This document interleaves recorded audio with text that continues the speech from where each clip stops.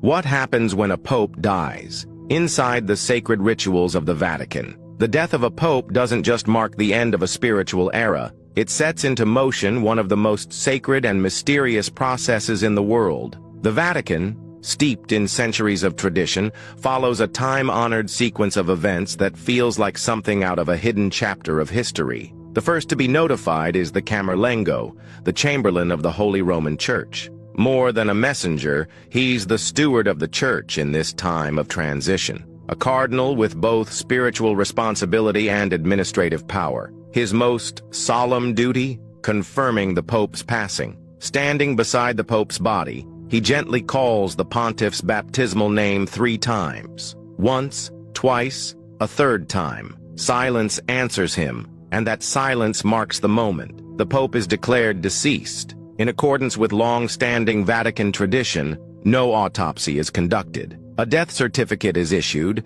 and the Camerlengo proceeds to seal the papal apartments. Once a protection against looting, now a safeguard for the Pope's final instructions and personal documents. Then comes a deeply symbolic act, the removal and ceremonial destruction of the Pope's signet, the Ring of the Fisherman. This ring, a mark of papal authority, is gently cut with shears in the presence of other cardinals. The gesture signifies the end of the Pope's earthly mission and prevents any misuse of his seal. Now the world must be informed. There's a clear order. First, the Cardinal Vicar of Rome, then the Dean of the College of Cardinals, who notifies the rest of the cardinals. The Holy See's ambassadors around the globe are contacted, followed by world leaders. Today, news spreads instantly, but the protocol remains out of deep respect. The Pope's funeral must take place between the 4th and 6th day after his death. However, the mourning and commemoration last for 9 days,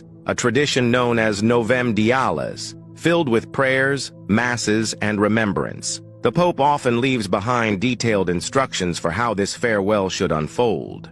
Then, the focus turns to the future. 15 days after the Pope's death, the College of Cardinals begins the ancient process known as the conclave, the election of a new spiritual leader. The word itself means with a key, and that's exactly what happens. The cardinals are sequestered inside the Sistine Chapel, completely cut off from the outside world. No phones, no news, no distractions, just solemn prayer, tradition, and the weight of history. All cardinals under the age of 80 are eligible to vote. In a lesser-known detail, even cardinals under ecclesiastical penalties may still participate. The conclave begins with Mass. Then the cardinals take an oath